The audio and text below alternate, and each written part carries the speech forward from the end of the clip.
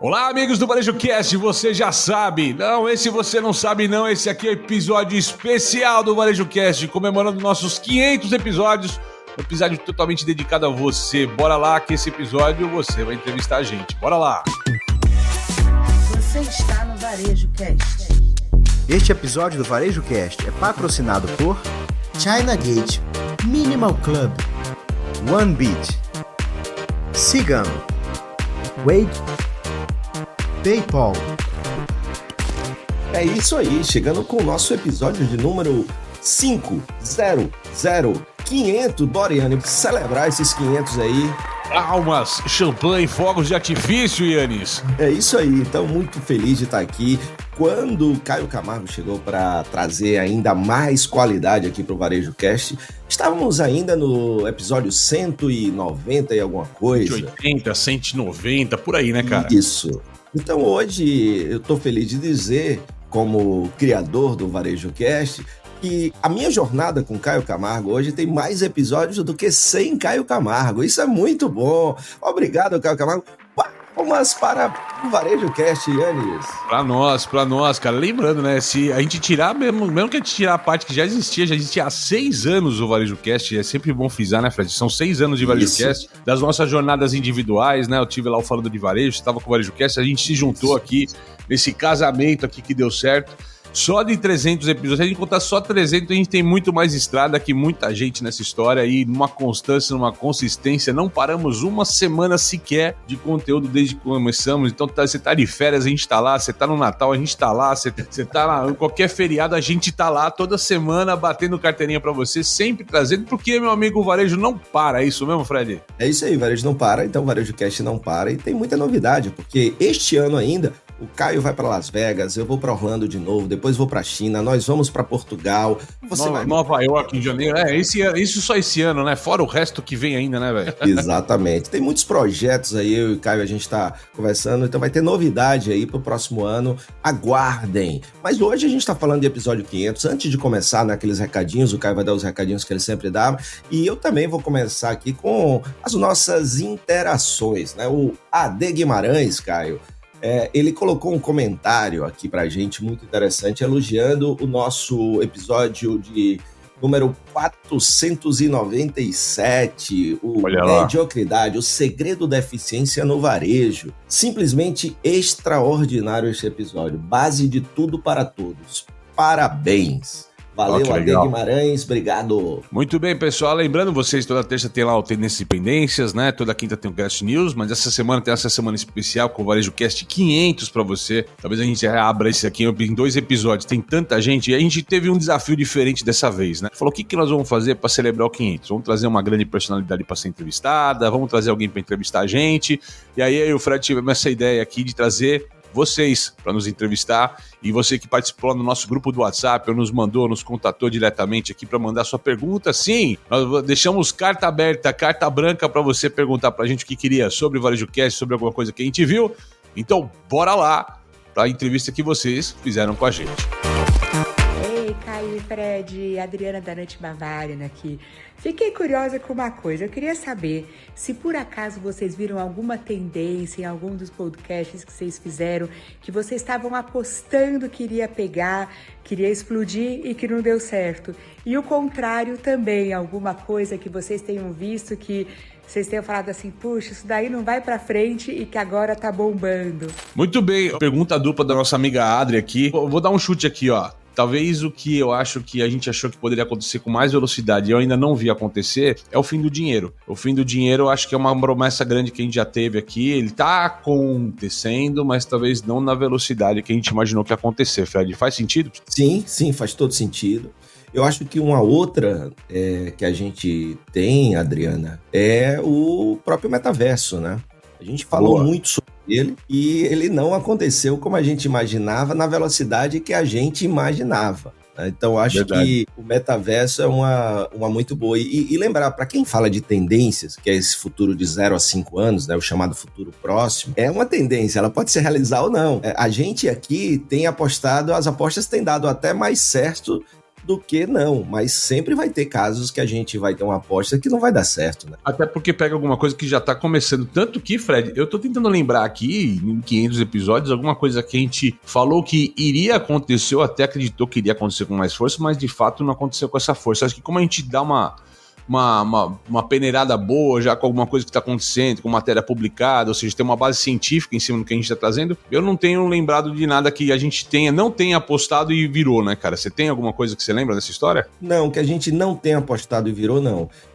Tem, por exemplo, exatamente o primeiro, né, que a gente apostou, não é que não aconteceu, mas não foi no tempo, que é o metaverso. E o segundo, que eu acho, é que inteligência artificial, a gente falou muito, mas foi muito mais rápido do que a gente imaginava, né? Porque em janeiro do ano passado, né, e falando de inteligência artificial generativa e como ele está sendo utilizado hoje nos negócios. Ela foi falada em 2017 na NRF, inteligência artificial, mas não a generativa. A que a gente hoje fala tanto, janeiro do ano passado, janeiro de 23 na NRF. E a gente hoje só fala nisso. Se você for ver o que vai acontecer na NRF 2025, você vai ver que quase metade dela vai ser inteligência artificial, né? Todos os eventos estão só IA nessa história. Mas é isso, Adri, acho que não tenho pelo menos claro. E aí você, nossa audiência, que lembra de alguma coisa que a gente deixou de falar e aconteceu, lembra a gente aqui nos comentários, assim, se a gente dá um puxão de orelha na gente. Nós já estamos velhinhos, eu e o Fred, a gente já não lembra tanta coisa. Afinal de contas, são 500 episódios, né, meu amigo?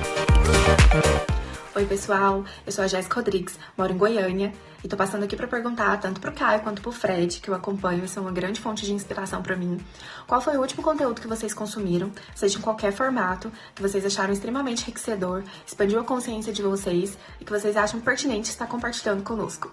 Vamos lá, Fred, eu vou jogar essa bomba primeiro pra você, cara. Eu vou falar de dois caras que eu admiro e que eu sempre tô consultando ainda, a Jéssica, Jason Fried e o DHH, eles são cofundadores do Basecamp, que é um sistema de gestão que eu utilizo na empresa, e que eles têm 3 livros que eu li e que sempre estou recorrendo a eles, que é o Reinvente Sua Empresa, ou Remote, que é Escritórios Não São Necessários, e o último, O Trabalho Não Precisa Ser uma Loucura, It Doesn't Have to Be Crazy at Work. Você encontra esses livros nas principais livrarias aqui do Brasil em português. Eles também têm um podcast chamado Rework, e tem um canal no YouTube também muito bom. Então, esse conteúdo aí eu recomendo para todo mundo. Eles falam muito sobre um modelo de gestão e sobre um tipo de empresa que eu admiro e que, por exemplo, lá na Credere, junto com meus sócios, a gente tenta implementar aos poucos. É um pouquinho disso nesses 7, 8 anos de empresa também. Cara, eu vou muito mais simples do que você, cara. Eu já vou mudar, colocar um conteúdo digital. Tem um cara que eu tô gostando de consumir pra caramba,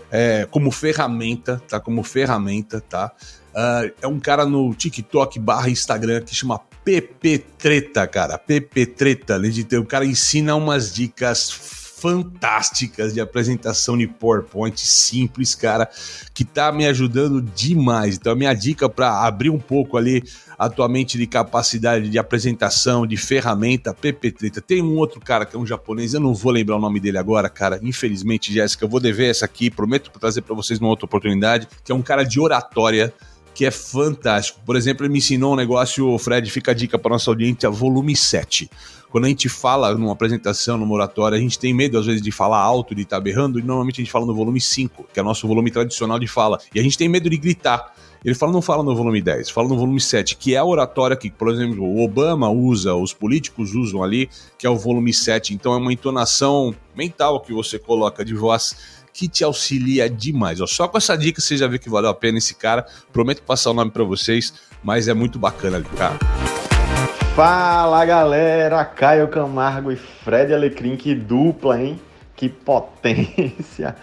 Eu sou o Paulo, aqui de Recife. Tenho uma loja no varejo de móveis, a Moderninha Móveis, com a minha esposa. E a minha esposa é minha sócia. E a gente briga bastante, praticamente todos os dias. A gente tem alguns desentendimentos.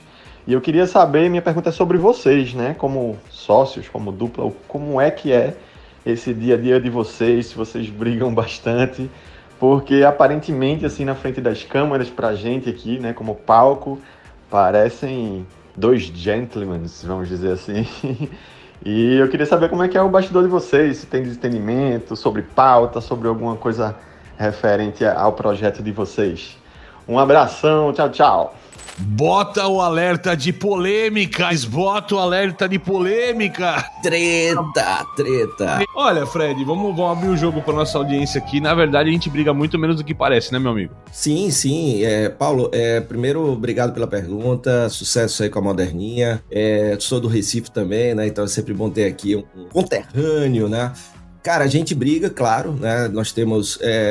Eu não chamaria de briga, eu chamaria de desacordos, né? De discordâncias, né? Não chega a ser briga, mas discordâncias, algumas discordâncias mais sérias, outras discordâncias menos sérias.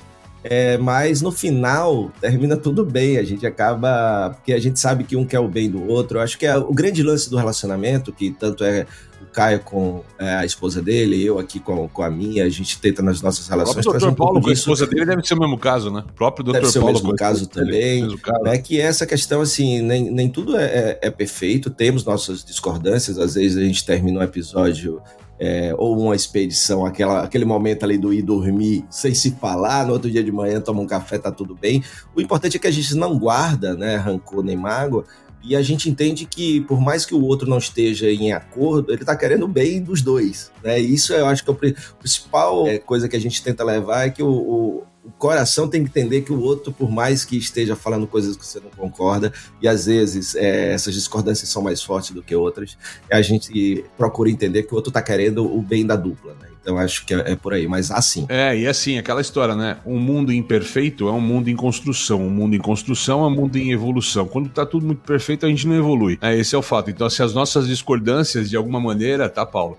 Ela ajuda a gente a construir cada vez coisa melhor, que o Fred falou. Às vezes um fala, o outro acredita que não, né? Tanto de um lado como do outro. Então a gente tem, é de um lado e do outro essa história, mas a gente sempre sai mais forte, é fato. E é aquela velha e boa história, a gente se gosta, cara. Então quando as pessoas se respeitam, se gostam no final, tudo bem, esse mundo aqui, cara, a gente vai ter opinião divergente. Pode ser em qualquer esfera, tá? Político, social, tendência, até de pauta. Interessante, né, Caio? Porque a gente tem visões diferentes de mundo em algumas áreas, né? Em algumas áreas.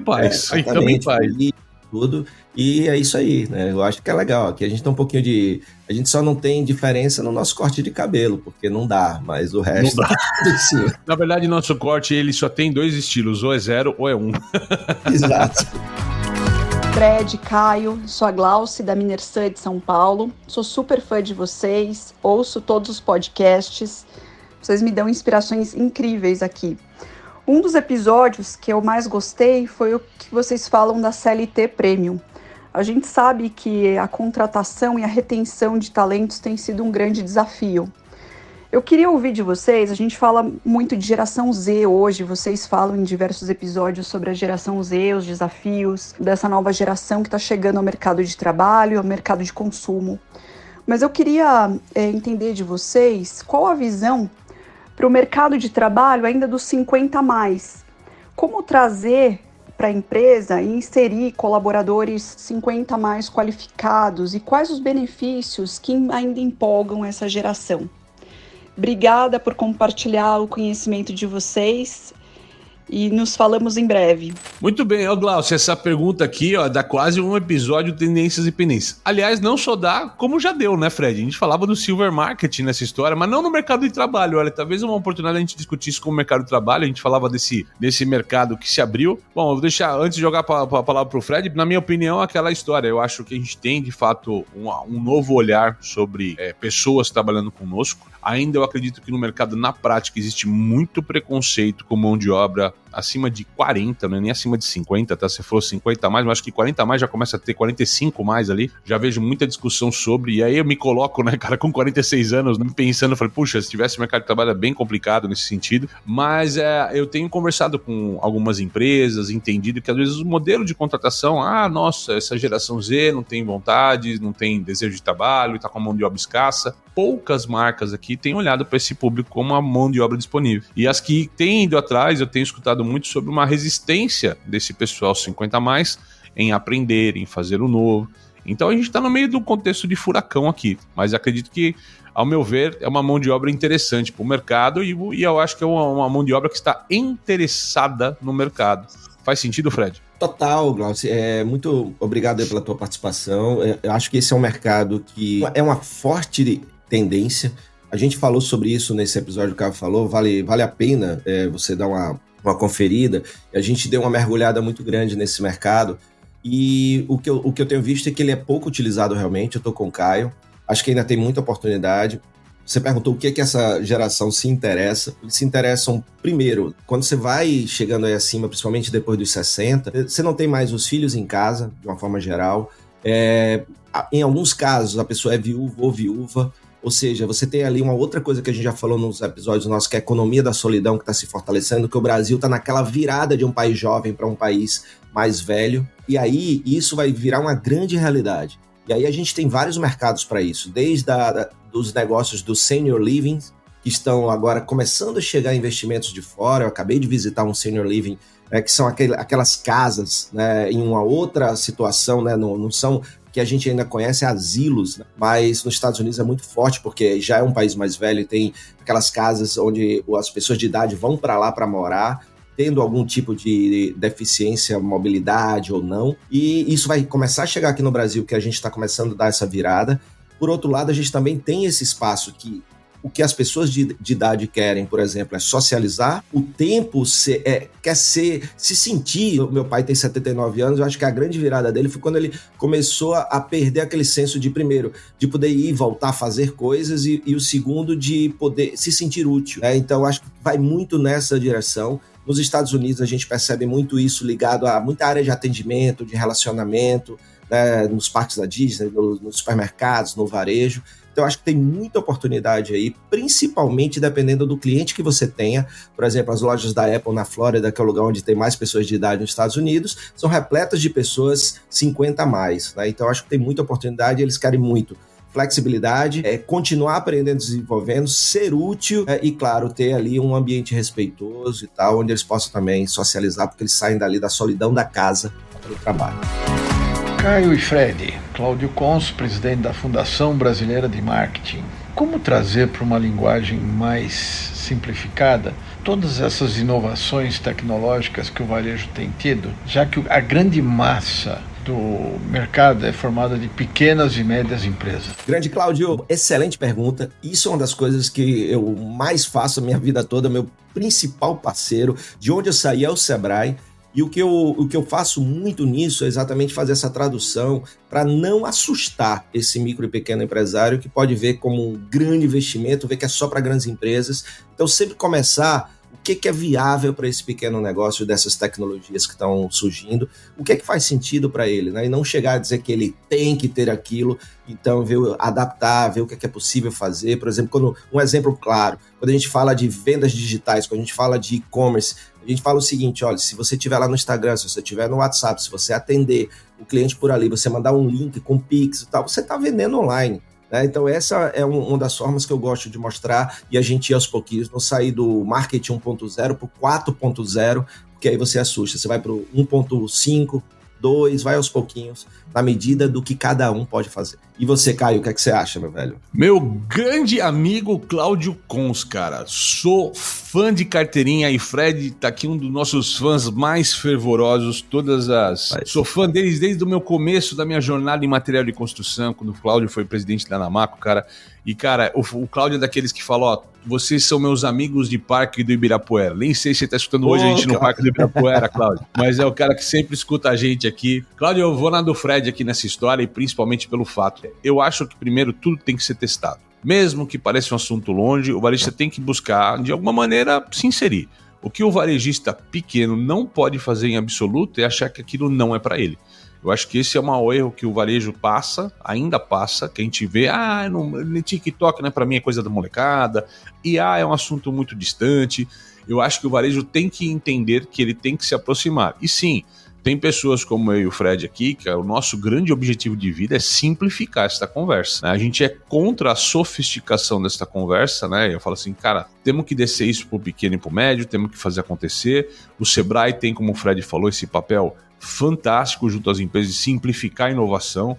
Então tem N oficinas ou segmentos que eles atuam simplificando, né? A gente é fã, não é porque a gente faz trabalho pro Sebrae, não, a gente é fã de carteirinha do trabalho pulverizado, Porque quando a gente vê capital uma coisa, mais o Sebrae está em toda a cidade do país, trabalhando no pulverizado.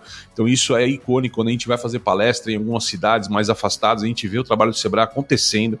Então é uma entidade que a gente confia muito nessa. E a CDL também, né? Todas essas entidades que trabalham com o comércio nesse sentido. Então, meu amigo, ó, a dica é: tem que testar de alguma forma e entender se aquilo de fato é uma realidade ou não para o teu negócio, se aquilo faz sentido ou não para você. Mas o que a gente não pode é deixar de fazer. Muito bem, você está curtindo aqui o nosso episódio especial 500 aqui, mas vamos fazer um rápido break aqui para os nossos apoiadores e a gente já volta. Importar da China nunca foi tão fácil. Com o container compartilhado China Gate da Importação Digital, você dobra seus lucros todo mês. Tarifas a partir de $250 por metro cúbico. Cuidamos de toda a papelada e armazenamento. Negocie com seu fornecedor, nós cuidamos da logística. Simulação de custos em até 48 horas e anuidade de apenas R$ 1.500. Importe quantas vezes quiser de até 5 fornecedores diferentes. Acesse chinagate.com.br e embarque hoje mesmo nessa jornada de sucesso. Compradores, aumentar a taxa de conversão do seu e-commerce e atingir novos mercados? Então você precisa conhecer a solução do PayPal para empresas. Torne a experiência de compra online mais rápida e eficiente. Permita que seus clientes estejam à frente das tendências do mercado e proteja seu negócio com uma solução mais segura e fácil de usar. Empresas e consumidores no mundo todo usam PayPal. São mais de 400 milhões de clientes ativos globalmente, em mais de 200 mercados, confiando em uma experiência de mais de 20 anos. PayPal, muito mais que uma carteira. Acesse o site www.paypal.com.br e descubra como o PayPal pode ajudar o seu negócio a crescer. Ah, e não esquece de mencionar que você ouviu a chamada aqui no Varejo Cast. Varejista, está precisando de uma solução completa para gerenciar seu negócio? Cigam é a escolha certa para o seu sucesso. Um sistema completo que abrange desde o atendimento ao cliente até a gestão do negócio, além de recursos especializados para o setor. Acesse painéis de indicadores e tome decisões estratégicas com base em dados precisos. ERP Cigam, a escolha inteligente para o varejo. Acesse www.cigam.com.br. Tem link no descritivo. A startup israelense OneBit possui uma tecnologia de gestão de estoques que alia Big Data e inteligência artificial para garantir um estoque mais enxuto e oferecer uma redução de até 70% nas rupturas de vendas. Isso é possível porque o seu sistema de otimização de supply chain possui algoritmos que monitoram o comportamento do consumidor nas lojas e no e-commerce e realiza predições sobre quantos e quais itens devem ser entregues em quais lojas. Saiba mais no link que está na nossa descrição. A Wake é uma empresa de tecnologia que ajuda varejo e indústria com soluções digitais integradas para toda a jornada de consumo. Temos 3 unidades de negócio: e-commerce de alta performance, experiências comportamentais com dados adicionáveis e influenciadores com mais de 10 anos de dados. Marcas como Shop Together, Stanley, Via Veneto, Riachuelo e Marisa já pensaram grande e escolheram a Wake. E você, tá esperando o que para levar o seu negócio além? Clica no link na descrição. De volta então aqui, agradecer mais uma vez aos nossos apoiadores. Os nossos apoiadores através de patrocínio, os nossos apoiadores através da nossa audiência. Você aí que também nos apoia, nos ouvindo, compartilhando os nossos episódios para mais gente. E estamos de volta aí com o nosso episódio 500, como diria o Paulo Bonfá, um episódio totalmente excelente. Caio Camargo, Fred Alecrim, toda a equipe aí de milhões que faz esse podcast aí ser muito, muito bom. Eu sou o Felipe, sócio proprietário aqui da Graph Store, uma gráfica aqui do interior de São Paulo. E minha pergunta é ainda na pauta da geração Z, qual que é a importância do impresso ainda físico, né? Em um mundo de hoje onde tudo é virtual, né? E quais as tendências ou saídas que vocês sentem nos radares aí, que vocês percebem entre a mídia online e offline. Parabéns aí pelo episódio 500 e obrigado aí pelo convite lá na Rio Innovation, lá top, hein? Muito bem, meu amigo Felipe, cara, boníssima pergunta, Fred. Eu tenho minha opinião, mas eu vou jogar primeiro pra ti, cara. O que tu acha? Vale a pena ainda os impressos, os QR Codes impressos? Como é que você vê essa história, cara? Grande Felipe, obrigado pela participação. Cara, eu acho que vai muito ao encontro da pergunta, de uma das perguntas anteriores, né? Que tem muito a ver com o seu negócio, a sua região onde você esteja. Por exemplo, eu estou morando em Natal e eu tenho uma cliente aqui que Caio conhece também, né? Que vende biscoitos regionais, que ela diz que vende muito toda vez que coloca o produto dela naqueles cartelados, naqueles impressos que são distribuídos na frente do supermercado, né, na entrada do supermercado. Ela diz que funciona muito. A grande questão é fazer, tá dando resultado, vai ter uma hora que pode parar de dar resultado, você migra para outra. Falando rapidamente do que está acontecendo, lá fora, esse cartelado em mercados e tal não existe, ele é todo hoje dentro de aplicativos. Os cupons de desconto estão dentro de aplicativos ou das telas, né? Todas as telas que tem dentro da loja que vão colocando ali os descontos, os cupons, as orientações, mas principalmente dentro dos aplicativos. Cara, eu tô meio com o Fred nessa história, mas assim, eu acredito que também tem uma questão de região, que faz sentido, né? Mas o que a gente vê é que as gerações mais novas, se você fala com o público, se tua marca fala com o público mais jovial aí, mais geração Z, talvez a gente tenha aqui uma mídia mais digital, mais o aplicativo, mais a tela, como o Fred fala, até porque é uma geração com mais consciência, menos papel e tudo mais, tá? Então, de fato, isso pode ser um risco a médio prazo pro teu negócio, é um fato. Agora, quando a gente tem um público um pouco mais idoso, tá, o pessoal gosta de encartelado, gosta de papel, gosta de ler jornal ainda, por incrível que pareça, então revista, então são coisas que funcionam. Tem muita gente, por exemplo, as farmácias, cara, né, um dos grandes veículos de comunicação de farmácias e supermercados hoje são as revistas próprias, ou seja, ainda roda muito isso como mídia impressa, mídia de gráfico e tudo mais. Tudo tem o seu papel. E aí eu vou na linha do Fred, cara, tem que ver o que funciona. Então assim, tem que testar, aplicar e principalmente ter o quê? O tal do ROI, retorno pelo investimento. Que adianta, não adianta você falar que o negócio funcionou ou não, foi bom ou foi ruim. Tem que saber se retornou o investimento. Às vezes, a mídia impressa pode retornar mais do que a mídia digital, certo? Caio, conta pra gente porque você sempre usa chapéu. Sacanagem, hein, Claudinha? Pô, sacanagem. Bom, na verdade, eu e o Fred, a gente usa muito o chapéu, né, Cláudia? Por um simples motivo, né? A gente não tem outro tipo de criatividade capilar. Não podemos trocar penteado, certo, Fred? Certíssimo. Esse é o principal motivo. Então, quando a gente quer mudar visual, às vezes é um óculos, às vezes é o chapéu ou a boina, né? Não tem outra forma. Quem tá vendo, vocês estão me vendo de óculos aqui, né? Mas vocês estão muito para o episódio que tá o Fred de chapéu, eu de chapéu. A gente adora um pouco colocar o chapéu ou óculos diferentes, certo, meu amigo? É isso aí. Obrigado, Cláudia. Olá, Fred. Olá, Caio. Parabéns aí por esse marco tão importante de 500 episódios no ar, levando tanta informação e tanto conteúdo bacana e relevante para todos nós. Me chamo Flávia Bordim, atuo com consultoria de empresas aqui no interior do Rio Grande do Sul. E a minha pergunta para vocês, ela se refere a como lidar com os pequenos varejistas, aqueles aonde o dono atua diretamente dentro do negócio, até mesmo com outras pessoas da família. Eles buscam mudança, eles buscam ajuda externa, mas muitas vezes, quando precisa se mexer em questões culturais e questões de mindset do dono, eles acabam desistindo do projeto e preferem permanecer fazendo as mesmas coisas que faziam há muitos anos atrás, mesmo mostrando o porquê dessas mudanças. Flávia, saudação aos nossos amigos do sul aí do país. Flávia, esse é um dos grandes problemas que a gente vê no varejo do Brasil, e eu diria para você que a gente já viu isso até fora do país muitas vezes, tá? Essa falta de mudança de cultura, de não estar aberto ao novo, de eventualmente a nova geração escutar uma consultoria, mas não ter autonomia para trazer isso para dentro do negócio, porque a geração anterior ali é mais resistente à mudança, tá? De fato, não sei o Fred aqui, eu vou deixar a opinião pro Fred, mas assim, não tem fórmula simples ou fórmula mágica. Eu tenho usado em palestras que eu falo que inovação não sobe escada. Então, se a máxima liderança não estiver disposta a trabalhar a inovação, ou seja, aceitando riscos, entendendo que vai ter que ser feito coisas às vezes e não vão ter os resultados esperados, isso faz parte de aprendizado, tá?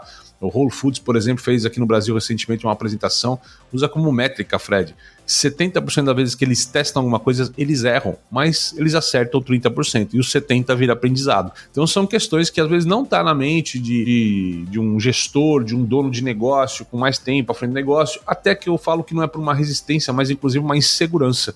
é o medo do novo. Eu tô acostumado a fazer aquilo que eu faço, sempre dá certo, eu não quero fazer algo diferente porque eu tenho medo do novo. Eu acho que a barreira principal hoje é muito mais medo do que uma simples teimosia. Faz sentido, Fred? É muito interessante a gente perceber, obrigado pela pergunta, Flávia, o quanto a importância, e isso que eu tenho me dedicado muito nesses últimos anos, a questão de expansão de consciência e evolução de mentalidade. Muitas vezes isso se dá, e a gente quando está trabalhando em projetos de consultoria e mentorias, exatamente pelo o medo de perder ser maior do que a vontade de ganhar. E aí tem coisas que eu aprendi na vida, que é o momento de vida do empresário e da empresa, e que não adianta, né? A gente não tem que vender nada para ninguém. O cara ele vai sentir ali, seja porque ele quer dar um passo à frente, ou porque ele está vendo que está perdendo espaço. Muitas vezes o nosso empresário só age quando ele está perdendo espaço. Ele é muito mais reativo do que proativo. E essa mudança de mentalidade é muito difícil de acontecer, porque a pessoa tem que estar disposta para isso. Então, eu já tive projetos, tenho certeza que o Caio já deve ter passado por isso, que o cara disse não, hoje foi chamar a gente 1 ano depois, 2 anos depois, 3 anos depois, né? Porque era o momento que a ficha caiu para ele ali, seja porque ele foi pressionado, ou seja porque ali ele disse, não, eu preciso dar um próximo passo porque as coisas que eu estou fazendo já não resolvem mais. Muitas vezes o que ele faz, mesmo sendo da maneira de 10 anos, ainda está dando resultado. Né? Então ele está ali naquele conforto de por que eu vou mudar se o que eu ainda faço, mesmo sendo tradicional, está dando resultado. Né? E assim, este é o modelo mental que a gente mais encontra.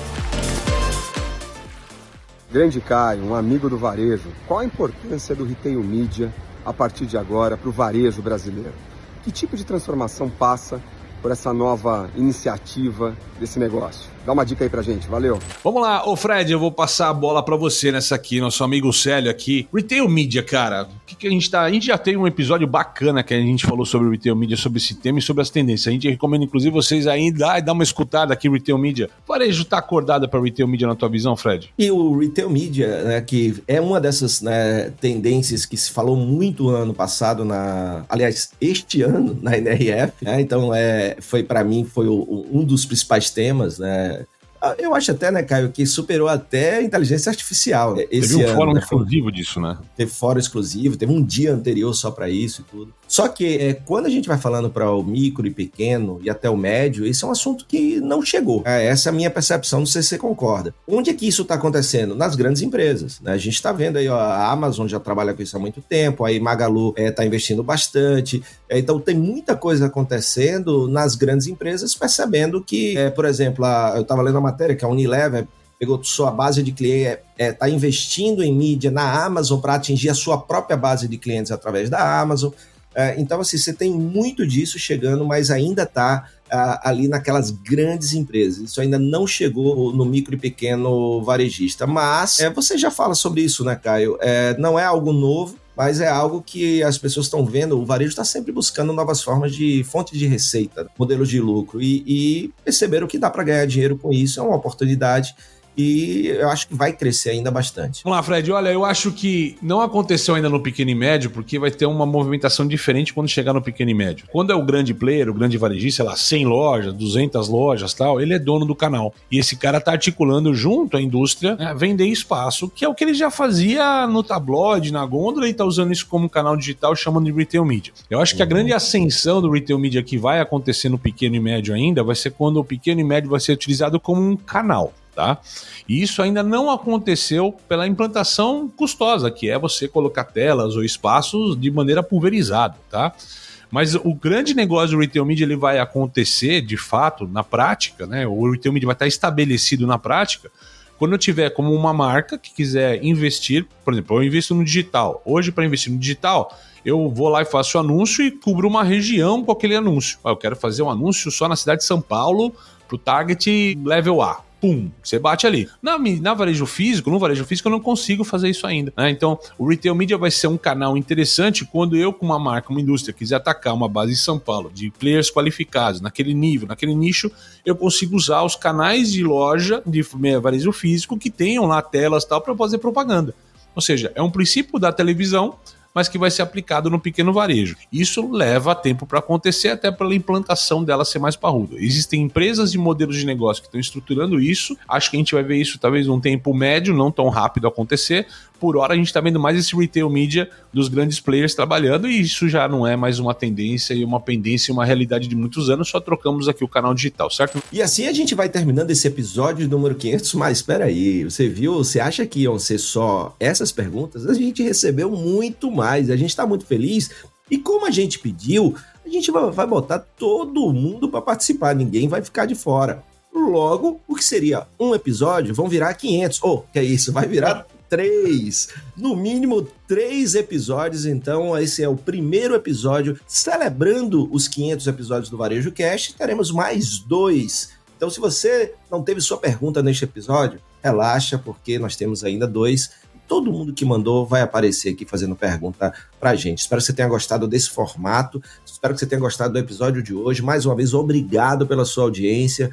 E a gente tá só começando, né, Caio? É isso aí, galera. Muito obrigado a todos aqui. Tá sendo desafiador fazer isso aqui, né, cara? Vamos lá. Espero que vocês tenham gostado. Porque, Caio, fala real aí. A gente não leu as perguntas antes, não.